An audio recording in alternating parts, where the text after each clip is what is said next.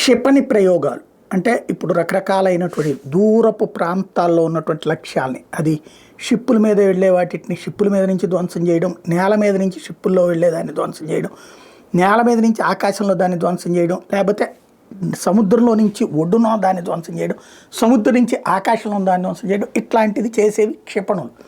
ఈ క్షిపణులను తయారు చేసినప్పుడు వాటిని టెస్ట్ చేయాలంటే లాంగ్ రేంజ్ గ్యాప్ ఉండాలి. అలాంటిది ఎక్కడుంది భారతదేశంలో అన్నటువంటిది వెరిఫై చేస్తే మన కృష్ణా జిల్లాలో ఉన్నటువంటి నాగాయలంక దగ్గర ఉన్నటువంటి ప్రాంతం అనువని గుర్తించారు. అక్కడ దాదాపు 8 కిలోమీటర్ల దగ్గర ప్రాంతం ఏదైతే ఆ ప్రాంతం దగ్గర ఉన్నటువంటి గుల్లల మోద దగ్గర క్షిపణి కేంద్రం పెడితే 8 కిలోమీటర్ల మేర ఏమీ లేరు, జనావాసాలు లేవు కాబట్టి అక్కడ ఏర్పాటు చేయాలన్నటువంటిది ఆలోచన చేశారు.